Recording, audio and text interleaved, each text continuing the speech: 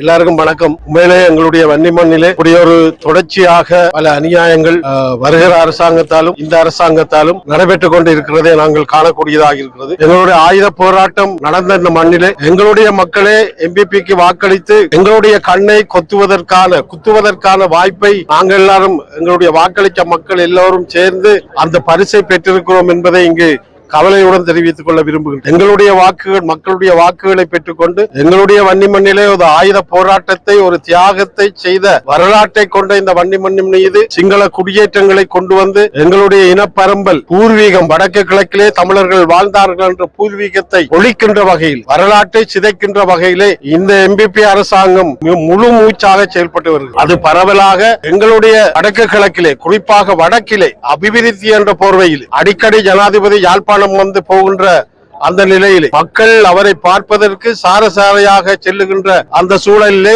எங்களுடைய நிலங்கள் அபகரிக்கப்படுகின்ற ஒரு சூழ்ச்சியை இந்த அரசாங்கம் செய்து வருகிறது.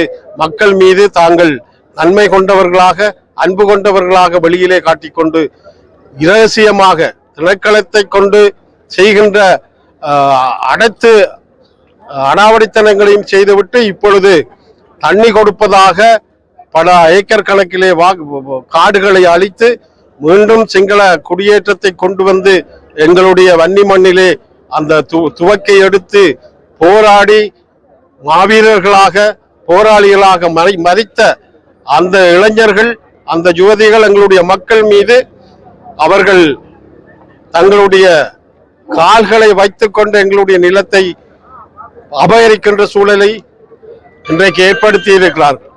ஆகவே நாங்கள் தமிழர்கள் என்ற ரீதியிலே நாங்கள் ஒரு காலம் இந்த மண்ணை விட்டுக் கொடுக்க முடியாது போராட்டத்தை செய்தவர்கள் என்ற வகையிலே இந்த வன்னி மண்ணிலே ஒரு காலம் எங்களுடைய நிலங்களை கைப்பற்றுவதற்கு எங்களுடைய மக்கள் அனுமதியை தரமாட்டார்கள் என்பதை மிக எச்சரிக்கையோடு சொல்லிக்கொள்ள விரும்புகின்றேன். இந்த அனுரா அரசாங்கம்